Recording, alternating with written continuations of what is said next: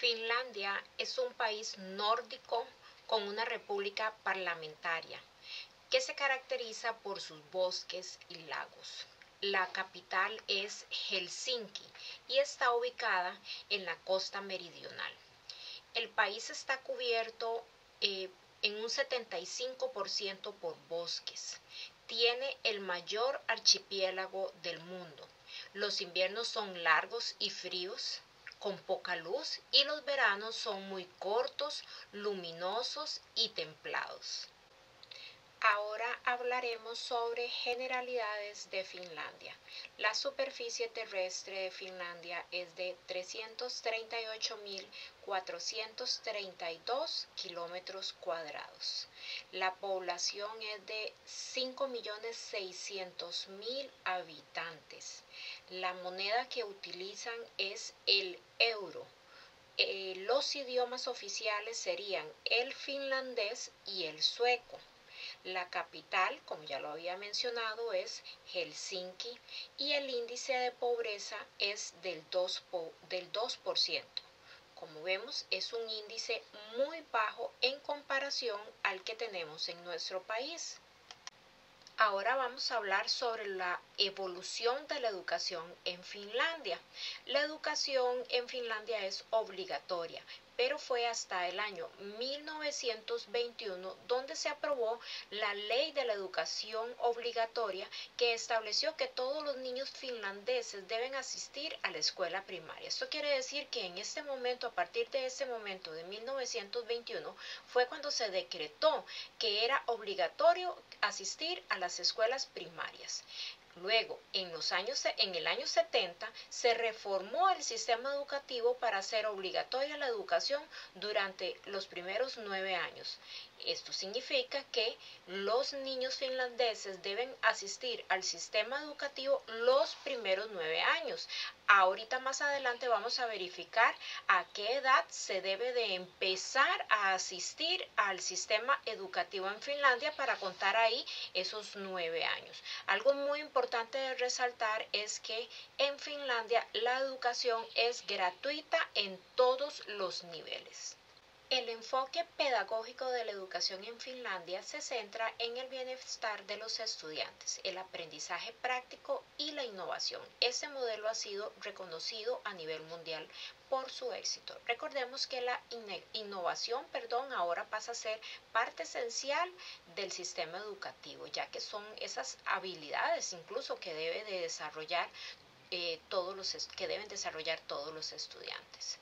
Por otro lado, pues sí, ha sido un modelo muy reconocido, al punto que la mayoría de los otros países han tratado de copiar, han tratado de investigar cuáles son esas prácticas que se desarrollan en Finlandia que han hecho de que la educación sea tan exitosa. Por otro lado, el currículo se centra o se caracteriza por tener planes de formación individualizados para cada estudiante, en donde los profesores eligen sus propios métodos de enseñanza y materiales didácticos. En Finlandia, cada alumno progresa libremente a su ritmo para adquirir conocimientos fundamentales, a diferencia de Costa Rica, en donde los estudiantes deben ser guiados y medidos por una malla curricular estándar. En Finlandia, los docentes tienen la flexibilidad de poder hacer el currículum, de poder ajustarlo incluso para aquellos estudiantes que tienen problemas en el aprendizaje, que son más lentos para aprender, o aquellos estudiantes que aprenden de una manera más acelerada. Recuerden que en Finlandia no hay no hay ningún problema con que los estudiantes aprendan de una manera más lenta. De hecho, ellos le dan su tiempo al estudiante, porque si esa es su manera de aprender, entonces ellos no lo van a forzar, sino que lo van a dejar de que ellos vayan aprendiendo a su ritmo. Por otro lado, la política educativa busca el equilibrio entre el dominio de los contenidos de alto nivel y la capacidad para resolver problemas de forma creativa e innovadora. Recuerden que ahora todo se basa en eso, de que los estudiantes logren desarrollar habilidades para la resolución de problemas. Esa es la búsqueda del aprendizaje, porque eso es lo que demanda la sociedad. ¿Y cómo se van a hacer? De forma creativa, de forma crítica y de forma innovadora. La educación en Finlandia se caracteriza por un aprendizaje activo centrado en el estudiante. En los últimos años se ha escrito mucho sobre Finlandia, sobre su buen hacer educativo y sobre su indiscutible éxito mundial en los resultados PISA, y se ha analizado minuciosamente y se ha descubierto un sistema basado en la equidad, el respeto y la transparencia, cuya piedra angular descansa sobre una exigencia. En los últimos años, mucho se ha escrito sobre Finlandia, sobre su buen hacer educativo y sobre su indiscutible éxito mundial en los resultados PISA. Se ha analizado minuciosamente y se han descubierto un sistema basado en la equidad, en el respeto y la transparencia, y cuya piedra angular descansa sobre una exigencia exquisita en la selección de los docentes. En Finlandia, el centro del sistema educativo son los estudiantes, pero ellos sí invierten mucho en la selección de docentes, ya que a la hora de tener un grupo selecto de profesionales para el proceso educativo, ellos van a asegurar tener una educación de calidad. Si analizamos el cuadro de los informes PISA, este cuadro fue el que se generó con la información de los primeros años, 2000, 2003, 2006 y 2009. Recuerden que esos informes se generan cada 3 años. Podemos ver que en el primer año, en la habilidad de lectura, Finlandia estuvo en el puesto número 1. En matemáticas estuvo en el puesto número 4, en ciencias en el puesto número 3. En el segundo año que se aplicaron estas pruebas, 2003, en lectura volvieron a ocupar el puesto número 1, en matemáticas ahí subieron al puesto número 2 y en ciencias subieron al puesto número 1. En el año 2006, en lectura estuvieron en el segundo lugar, matemáticas segundo lugar y ciencias se mantuvieron en el primer lugar. En el 2009 bajaron en lectura al tercer lugar, en matemáticas al sexto lugar y en ciencias al segundo lugar. Ellos se han mantenido, incluso últimamente se han escuchado comentarios de que han bajado. Pues sí, en realidad no están en primer lugar en todos los años, pero sí su nivel ha sido sobresaliente. En las lecturas que consulté para realizar esta presentación, se abordó el tema de que los estudiantes tienen poco temor a la materia de matemáticas, por ejemplo, a diferencia de lo que sobresale en otros países. Recordemos que esta materia siempre genera ansiedad, de hecho está la palabra, genera ansiedad para los estudiantes. En Finlandia los estudiantes asimilan muy bien esta materia, digamos, y la demanda que conlleva todo el proceso educativo en matemáticas, sea exámenes, sean tareas. Entonces son cositas importantes de resaltar y, como les mencioné, pues no necesariamente se tienen que mantener en el puesto número 1 en todos los años, pero sí es digno de resaltar de que han sido sobresalientes, porque siempre se mantienen en los primeros puestos. Como parte de los valores que se desarrollan en el sistema educativo de Finlandia, recuerden que los valores sí o sí deben de estar presentes en las políticas educativas. En Finlandia se promueve la honestidad, la lealtad y la confianza. Una sociedad de individuos que puedan ser plenamente ellos mismos en un marco de respeto al otro.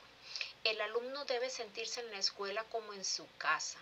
Toda divergencia entre la escuela y la casa debe ser borrada en la medida de lo posible. Recuerden que hablábamos de esos niveles de ansiedad.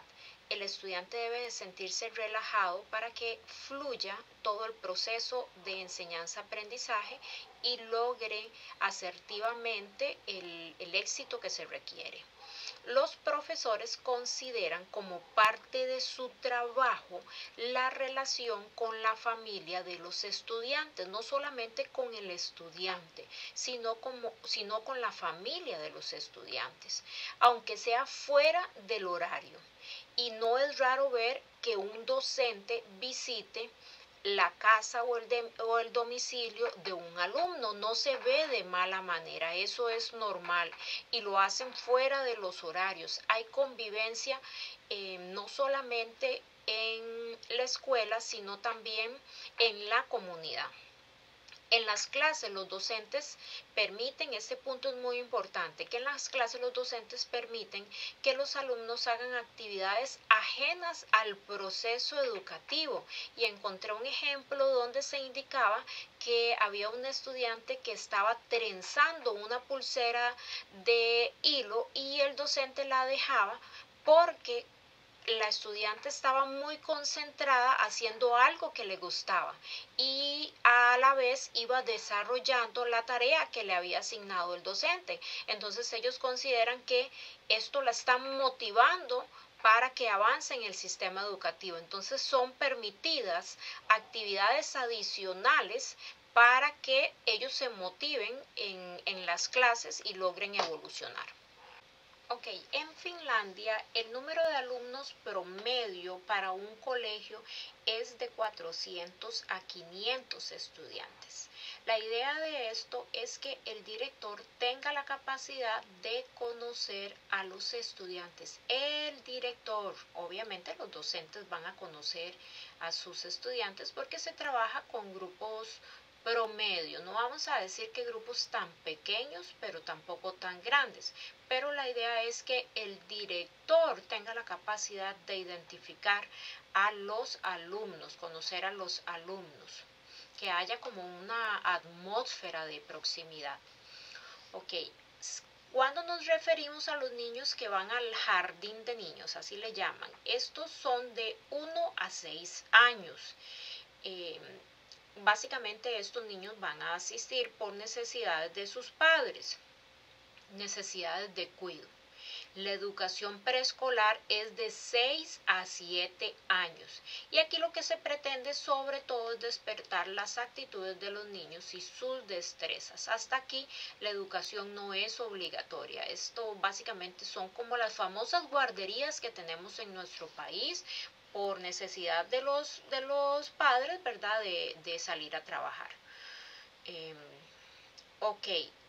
En este periodo, en esta etapa, los niños trabajan solamente durante la mañana. Digamos, las maestras les van a asignar trabajos durante la mañana y en la tarde lo que van a hacer es dedicarse al juego. Las tardes van a ser sumamente atractivas porque es solamente jugar.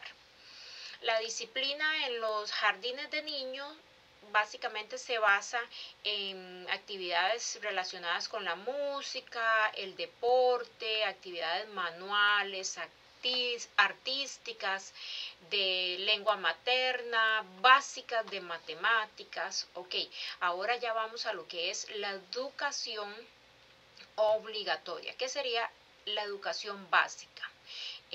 Inicia a los 7 años. Recuerden que habíamos hablado que los estudiantes tenían que tener al menos 9 años de educación obligatoria, lo habíamos visto anteriormente. Entonces, la educación básica se inicia a los 7 años, de los 7 a los 13 años. Esto comprende 6 años, quiere decir que toda la educación básica es obligatoria. Y el número de alumnos por clase en la educación básica no debe sobrepasar de 25 estudiantes por aula, es lo que debe de tener máximo. A partir de los 7 años, o sea, cuando ya ellos entran a este tipo de educación, los niños comienzan normalmente el aprendizaje de la lectura. Hasta este momento van a empezar a aprender a leer. Si un niño muestra disposiciones particulares, se le dará la oportunidad de aprender a leer precozmente, o sea, desde que estaba en preescolar. A los 6 años puede empezar a leer si tiene esas habilidades. Si los padres están de acuerdo, los profesores pueden dejar a un niño hasta los 8 años en el jardín si consideran que no está listo para lectura, para la lectura. Ven lo que les decía, que aquí a los estudiantes se les deja aprender a su ritmo. Entonces, si ellos consideran que el estudiante no está listo para empezar a leer, lo pueden dejar en el jardín de niños y hasta los 8 años, con el consentimiento de los papás.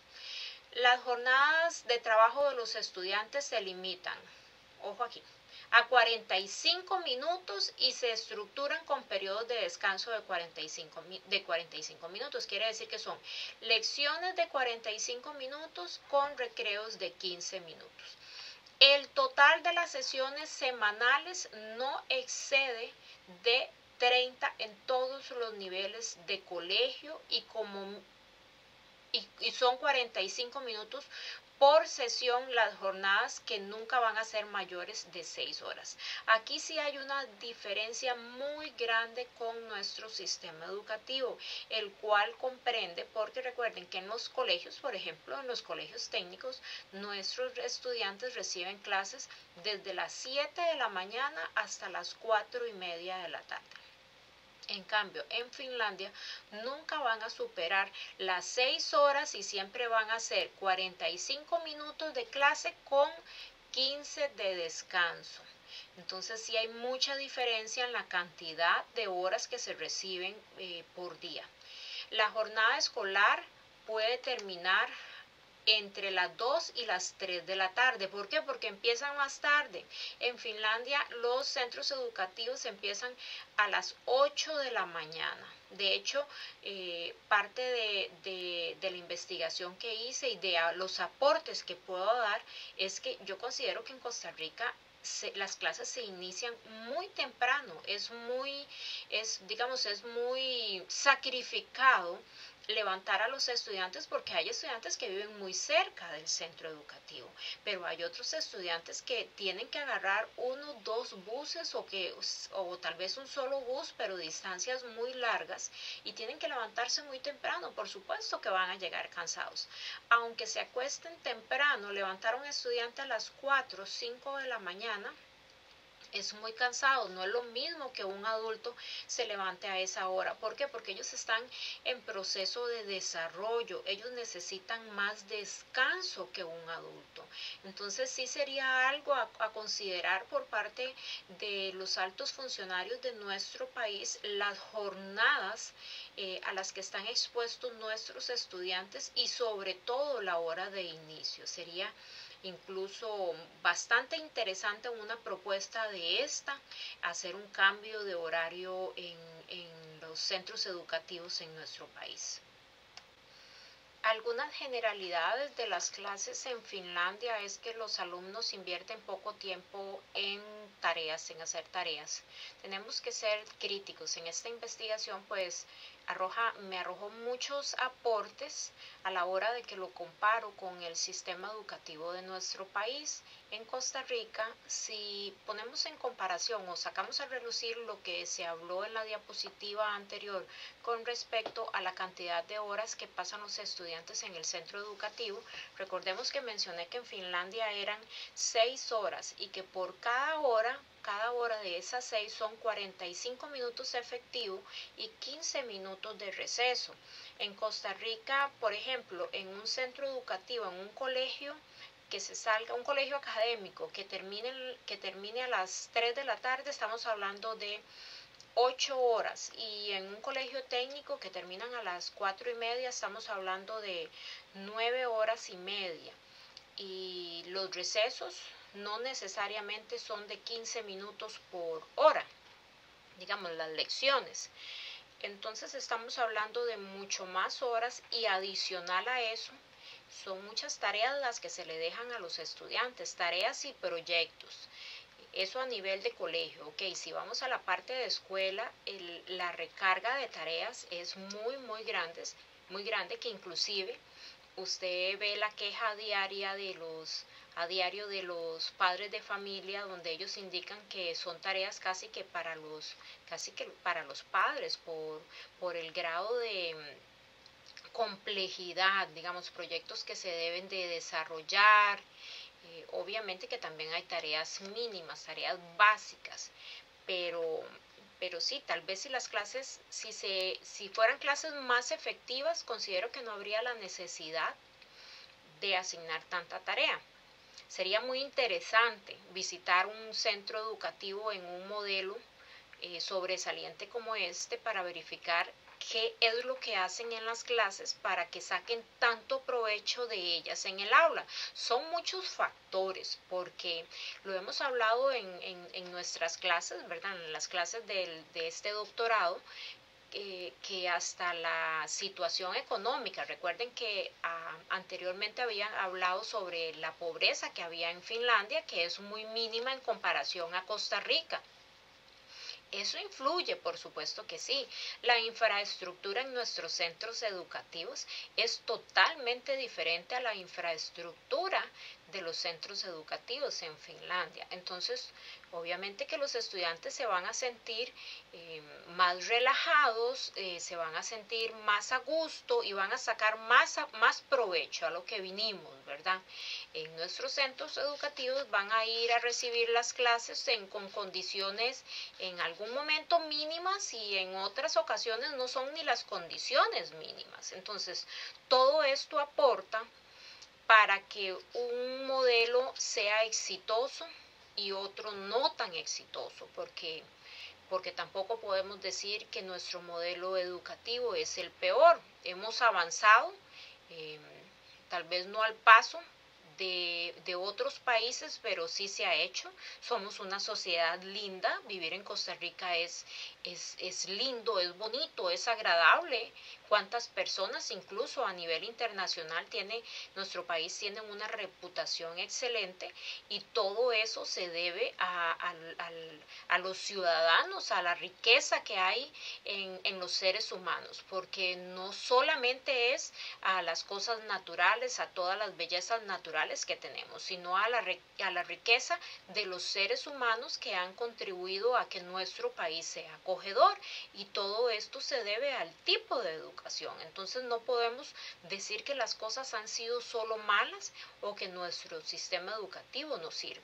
Tal vez en lo que todavía no hemos logrado es que nuestro sistema educativo sea tal para que haya menos pobreza, para que evolucionemos económicamente, para que nuestra sociedad sea más equilibrada en ese aspecto y haya menos pobreza.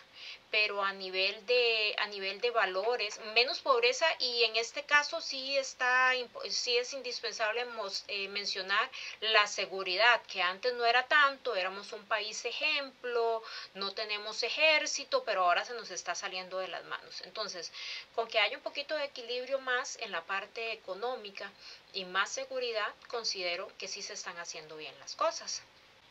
Otra generalidad que se puede mencionar de un tema diferente es que en Finlandia, cuando los estudiantes van a pasar a primer grado y que se ha detectado que ellos son como más lentos para el proceso de aprendizaje, ellos van a tener clases especializadas. Ellos se van a mantener con el resto de los estudiantes, digamos, en el proceso normal, pero aparte van a tener clases especializadas, y en estas clases ellos van a tener un docente por cada 5 estudiantes, no van a superar los 5 estudiantes. Leí en cierta literatura, ¿verdad?, que los estudiantes con problemas de aprendizaje o con necesidades especiales se mantienen en las aulas regulares. Pero también dentro de toda esa investigación, un autor mencionaba esto, que sí se asignaban especialistas que los trataban a ellos en grupos de 5, ¿verdad? De acuerdo, deduzco, aludo, ¿verdad? De acuerdo a la situación que tenga el estudiante, para que ellos puedan evolucionar en el proceso educativo. Es parte de las cosas que nosotros hemos comentado durante nuestras clases, que los docentes, nuestros docentes, no tienen la capacidad para poder abordar todas las necesidades especiales que presentan nuestros estudiantes. Y aparte ahora se integraron en las aulas regulares, que es muy difícil porque ellos tienen que sacar adelante a un grupo de estudiantes, ¿verdad? Y adicionar la recarga de los estudiantes con necesidades especiales, que ha sido tema de discusión, ¿verdad? Una inclusión donde para incluir a unos se excluye a otros, porque al final la docente o el docente no tiene la capacidad.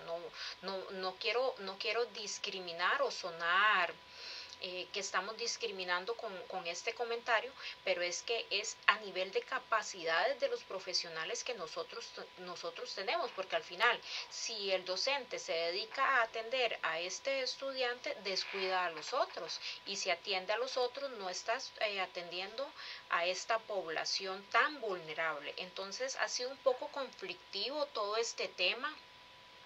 Se hace lo que se puede. En realidad los docentes de primaria, para mi concepto, son bien valientes porque esta situación se ve menos a nivel de secundaria. En secundaria ya pasan a aulas de plan nacional, digamos, dependiendo de la condición que tengan, o inclusive pues ya hay docentes ahí, incluso hay un programa a nivel regional, a nivel circuital, de apoyo, ¿verdad?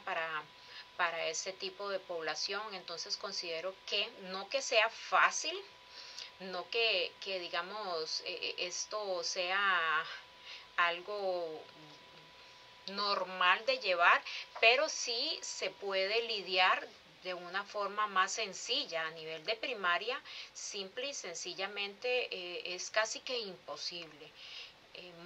Un reconocimiento especial a todos esos docentes de primaria por ese esfuerzo que hacen, porque realmente es complicado, sobre todo cuando usted no tiene la formación académica y que tienen que tratar de hacer las cosas de forma empírica.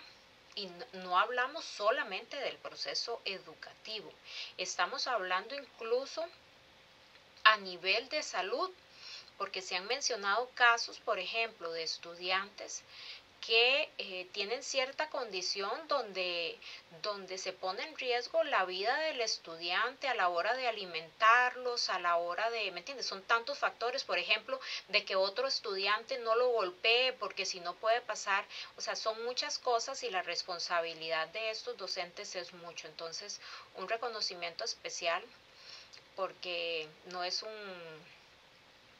esto no es un secreto, ¿verdad? De la manera como se reconoce el docente en nuestro país y el esfuerzo realmente que tienen que hacer ellos para poder sacar la labor día a día. Seguidamente vamos a comentar un poquito sobre lo que son los procesos de selección de personal en Finlandia y una comparación con lo que se vive en nuestro país. La elección de futuros docentes en Finlandia realmente es todo un desafío. Hay una frase que encontré que me pareció muy interesante que decía: los docentes del siglo pasado enseñaban a sus estudiantes contenidos que eran válidos para toda la vida. Los docentes del siglo pasado. El docente de la actualidad tiene un dilema. Debe enseñar habilidades cognitivas capaces de convertir a sus alumnos en aprendices en constante crecimiento para un mundo que cambia rápidamente. Me pareció súper interesante esa frase, es una realidad. Vivimos en un mundo sumamente dinámico. Yo muchas veces critiqué al sistema educativo, que por qué había hecho un cambio tan drástico en la educación. ¿Por qué? Porque yo aprendí hace 20 años atrás de una manera totalmente diferente, y yo decía, pero eso funcionó, ¿para qué lo cambiaron? ¿Por qué hicieron un cambio tan grande? A la hora que me incorporo en el sistema educativo, me doy cuenta de la realidad que se vive dentro, y realmente era necesario. el mundo ahora es totalmente diferente. Es más, si lo vemos de esta manera, verifiquemos de la manera como se produce, cómo se mueve la economía. Antes la economía se movía por sembrar, por vender, por revender, por dar un servicio. Ahora las redes sociales, por ejemplo, ¿cuántas personas viven de las redes sociales? Y eso es un boom. Entonces, la manera de generar dinero, la dinámica económica es totalmente diferente. A la hora de que todo esto cambia, la educación debe cambiar. Entonces, sí, definitivamente que esta frase es muy asertiva. Antes se enseñaba a los estudiantes contenidos que eran válidos para toda la vida. Ahora es para este mundo tan dinámico, tan cambiante. Ok, los docentes en Finlandia no solo son expertos en su área, sino que sus conocimientos descansan sobre una sólida base en la cual se incluye la formación en habilidades cognitivas y no cognitivas. Obviamente, si eso es lo que tienen que transmitir o desarrollar en los estudiantes, entonces tienen que estar inmersos en ese mundo. El pensamiento crítico es indispensable y la investigación, la reflexión, todos ellos son considerados elementos esenciales en la formación de los docentes. La investigación, lamentablemente en nuestro país, es un área que se deja muy de lado para los procesos de contratación. Bueno, en realidad en nuestro país se deja de lado casi que todas las áreas, pero sí sería indispensable que se le ponga suma importancia y relevancia a la parte de investigación. ¿Por qué? Porque los docentes deben de tener desarrollada esta parte. Si no sabemos o si no estamos inmersos en ese mundo para lograr investigar o inclusive dar aportes, no solamente instruirnos, sino dar aportes al sistema educativo, pues sí nos quedamos atadas. De hecho, eso es parte del crecimiento y de la evolución que tiene un docente. La enseñanza es una profesión muy valorada en Finlandia. Es por esto que solo los mejores y los más comprometidos son capaces de conseguir el sueño de convertirse en docentes. Los profesores finlandeses parecen gozar de la confianza del público en general y también de la élite política e incluso económica, lo cual es raro en muchos países. Cada año, solo 1 de cada 10 candidatos. Qué interesante este punto. 1 de cada 10 candidatos a las pruebas de acceso consiguen ser admitidos en los programas de formación docente. Entonces vamos a desglosar esto poco a poco. Es una profesión muy valorada. Lamentablemente en nuestro país la educación no es una profesión valorada, pero hay que ver el por qué. Hay que ver qué han hecho los educadores, el aporte que han dado los educadores en Finlandia y qué es lo que ha pasado en Costa Rica. Entonces, si ponemos eso en una balanza, nos toca modificar el sistema educativo, nos toca modificar el quehacer del educador. ¿Para qué? Para que ir cambiando ese prestigio ante la sociedad. Porque hay unos que tal vez lo han hecho bien, pero hablan de una manera generalizada. Por supuesto, los defectos siempre van a sobresalir. Entonces, sí hay un mal concepto de los educadores en Costa Rica, pero sí tenemos que ser conscientes qué han hecho los educadores en Costa Rica. Igual me incluyo, soy educadora, para que exista ese concepto. Hay que modificarlo porque no podemos echarle la culpa a la sociedad. Luego, por otro lado, mencionaba de esa confianza que tiene el público en general y hablaba de que solo 1 de cada 10, parece que hay procesos selectivos, a diferencia de Costa Rica, que en Costa Rica entra a estudiar educación la persona que quiere. Si inclusive si es en la universidad privada, la persona que tenga los medios económicos para pagar la carrera, pero no hay una limitante. Dice que ese minucioso proceso selectivo consta de 2 fases. En Finlandia, para poder ingresar a una universidad, no estamos hablando para poder ser docente, no, para poder ingresar a una universidad, El proceso selectivo consta de dos partes, que es un examen nacional que se llama BACABA 2 y una prueba de actitud. Entonces, este examen es común para todos, es un examen nacional, es el mismo. La otra parte, que es la prueba de aptitud, depende de la universidad. Entonces, el examen de ingreso es común para todos, simplificando así el procedimiento de admisión y aumentando la cooperación entre las universidades. La segunda fase se desarrolla en cada universidad y puede incluir entrevistas individuales, pruebas basadas en determinados materiales, así como otro tipo de ensayo, de pruebas como ensayos incluso. Cada universidad tiene autonomía para elegir el proceso de selección de los estudiantes. Posteriormente, los profesores participan regularmente en acciones. Ya después de que entran a su proceso de formación, se hacen docentes, hay otra serie de cosas para ya poder entrar al sistema educativo. Una vez que ya ellos son educadores, tienen que mantenerse en procesos de formación continua.